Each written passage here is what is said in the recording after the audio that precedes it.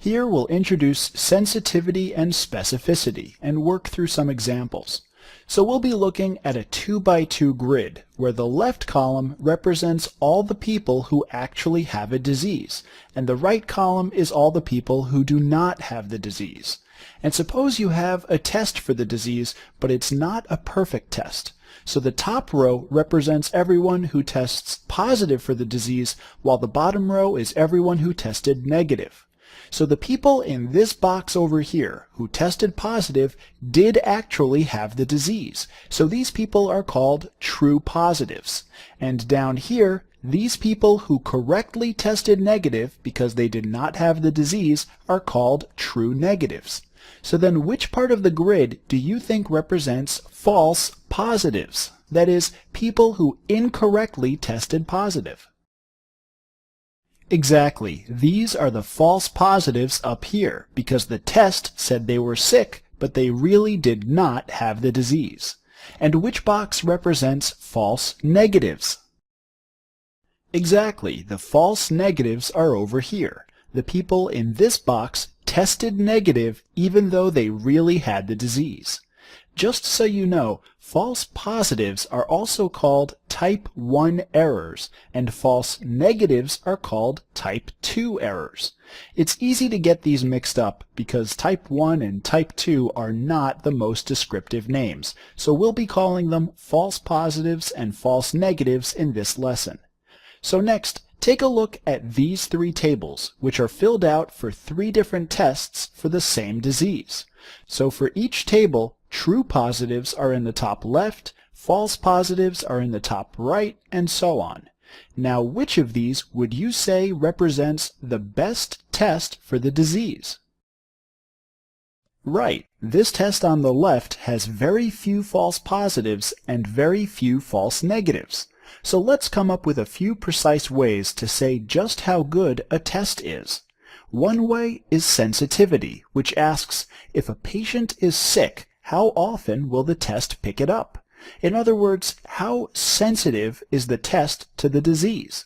So let's say we have A, true positives, B, false positives, C, false negatives, and D, true negatives.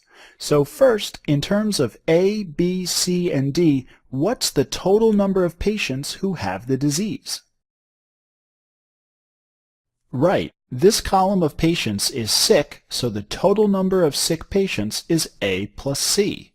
So then, how often did this test pick up the disease? In other words, what fraction of patients with the disease tested positive?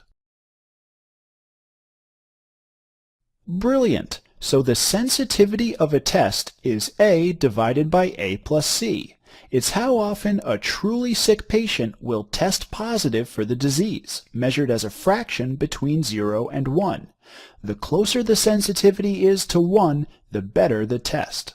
Now, another way to say how good a test is with specificity, which asks, if a patient is healthy, how often will the test agree? So now we're looking at the healthy people over here and asking if the test is specific to this disease or if it's a bad test that just says everyone has the disease.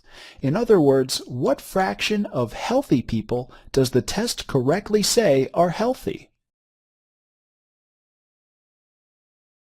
Excellent! So yes, specificity is D over B plus D. Next, try using these formulas you came up with on some actual numbers. So, given this table here for a certain disease and test, calculate this test's sensitivity and specificity. Nicely done. So the sensitivity is A, or 20, over A plus C, or 20 plus 5. This equals 0.8, which is the same thing as 80%. A perfect test would have a sensitivity of 1, or 100%, but 80% is a typical value you might see. And the specificity is D, or 900, over B plus D, or 900 plus 100. This equals 0.9, or 90%. Not bad.